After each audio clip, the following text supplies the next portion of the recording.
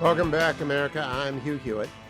In yesterday's interview, Justice Amy Coney Barrett remarked to me, as we discussed Charlie Kirk's assassin, that she believed he was mentally ill. So do I. Many of you wrote me overnight or posted, "We've got to give up this insanity defense stuff. He's not insane. He knew what he was doing." She didn't say that. It's very different. Mental illness is very different from an insanity defense. But to talk about that with some actual skill and experience, Andrew C. McCarthy, longtime prosecutor in the Southern District of the United States, agreed to join me on short notice today. Andrew, thank you for doing that. I appreciate your being here. Can you explain to people, A, for your experience with an insanity defense, and B, why it wouldn't apply to this guy? Well, Hugh, in almost every violent crime case and certainly every violent murder case, there's at least some thought to running with an insanity defense. And you are always dealing with people, well, always is an overstatement, so I don't want to, especially given the background of our conversation, I don't want to be accused of overstatement. But let's say in a high percentage of cases, you are dealing, since you're dealing with murders, you're dealing with people who are unstable and very often have mental problems. But as you just suggested, the issue that you have in an insanity defense is very different from saying that somebody has mental illness. In an insanity defense, there's basically two issues that come up in every one. One is, could the person appreciate right from wrong when the person acted? And then the subsidiary issue is always, is the person stable enough to face trial, which is a different thing from what the person's state of mind was at the time the event took place. So those issues come up in every case. I had a guy in a terrorism case whose defense was that he had lots of mental problems and was, as his lawyer put it, I don't think you're allowed to say this anymore, but his lawyer described him as borderline retarded. And his defense was that he couldn't form specific intent to make or conspire with people to levy war against the United States. And it was obvious that both that he did have some mental issues, and secondly, that he absolutely appreciated right from wrong and knew what he was doing in terms of agreeing with other people to conduct violent jihad attacks against the United States. So what happened? I remember you got the blind shake. He died in jail at Supermax. What happened to this guy? We got all of them. No, they were all convicted of seditious conspiracy and the various other charges that we had in the case. And I don't really think there were a lot of issues in the case, Hugh, that I was kind of concerned about. This guy was not one of them. I was always very confident we'd nail him. Now, we are thousands of miles away, and we don't know anything beyond what we read in the newspaper. But I know that Hinckley got off on the insanity defense, and I know McCarrick didn't stand trial for his various crimes as cardinal in D.C. because he didn't have capacity. I don't think this is remotely like that from what I see. Do you? No, in fact, I think it's interesting because we have two cases now going at the same time, right? We have this awful case involving Charlie Kirk, and then we have this other case that just horrific case that came to everybody's attention in Charlotte about, I want to say a week before or so. It seems to me that the defense lawyers in that case have a lot more to work with in terms of an insanity defense.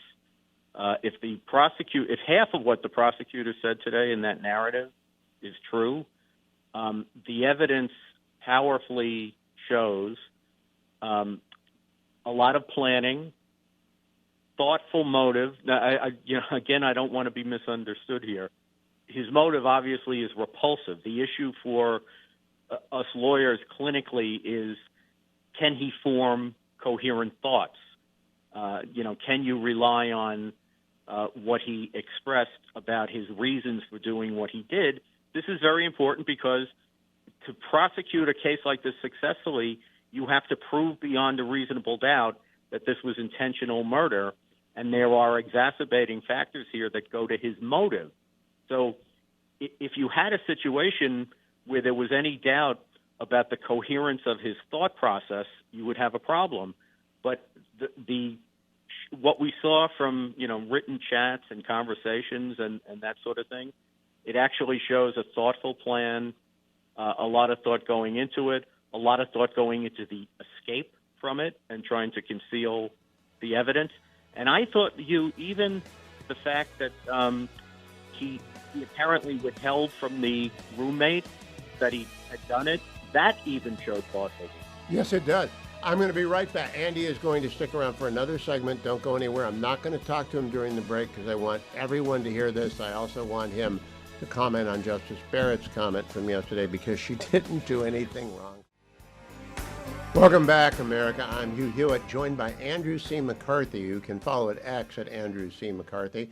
Longtime federal prosecutor, prolific author, great podcaster. He and Rich Lowry do the McCarthy Report once a week, which I listen to religiously, and you should. I can't wait for this week as they will get into the details about which we're about to skim over. First off, though, Andy, you listened to the Justice Barrett interview. Did you even raise an eyebrow when she said mentally ill? I didn't, even though I got a bunch of stuff saying bad, bad, bad, bad, bad. Yeah, I didn't. I did listen to it, Hugh, and I didn't. My antennas are pretty good at pinging when that kind of stuff happens, and nothing occurred to me at all that would be problematic. And I would just say, like as a matter of background, I had the pleasure of meeting Justice Barrett once, but I didn't spend a lot of time with her, just a little bit of friendly chit chat. So I don't know her. But I do know that she may be the smartest lawyer in America. She's certainly one of them. Oh, and you bet. I do not want to ever be an oral argument before her if you're on the opposite side of her view of the law. But now what I want to know from you, Andy, is this a federal or a state case, do you think? And if you're an AUSA, do you want the case against Charlie's assassin? And if so, what do you want to see happening right now? I think this is a straightforward state prosecution. I think it would be a mistake for the feds to do anything now other than what I believe they're doing and hope they're doing, which is lending resource and especially forensic support to the state prosecutors. It's just a fact, Hugh. I've been in a couple of these cases where, we brought violent crime cases. We had, arguable federal jurisdiction to do it. I had one case where it was a brutal shooting of an undercover cop where a jury hung after 9 days. And the prosecutors can talk to the juries when they hang. And one of the things that bothered them is why are we in a brutal attempted murder case talking about interstate commerce? We couldn't understand what that had to do with anything. And the problem for federal homicide cases is you have to prove a jurisdictional hook beyond a reasonable doubt. That doesn't always seem to the common sense person to have much nexus to what the case is about. Whereas in the state, they simply have to prove murder beyond a reasonable doubt. They don't have to say that there was some federal interest. They don't have to prove interstate commerce. They don't, it's just much easier. So I really hope that that's what's going to happen here. And off the top of my head, I have to say, maybe you have a better idea than I do. I don't see a federal homicide charge out of Charlie's assassination. Just full disclosure, I didn't see one in the Charlotte case either, and they have indicted that one on what I think is a stretch of a legal theory that, there's a effect on mass transportation on a terrorism theory. That's going to be tough to do. Yep. Yep. Let me talk to you about the underlying dark web cesspool out of which this Discord channel lifted a group of crazy people.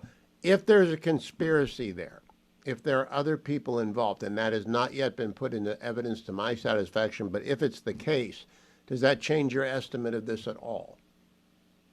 Yeah, well, if they're using facilities in interstate commerce, at least the feds now have something to play with. The problem I see, Hugh, and look, this is an early stage, right? The feds are rolling up their sleeves. They've just started. They're going to dig into every single potential internet channel, etc.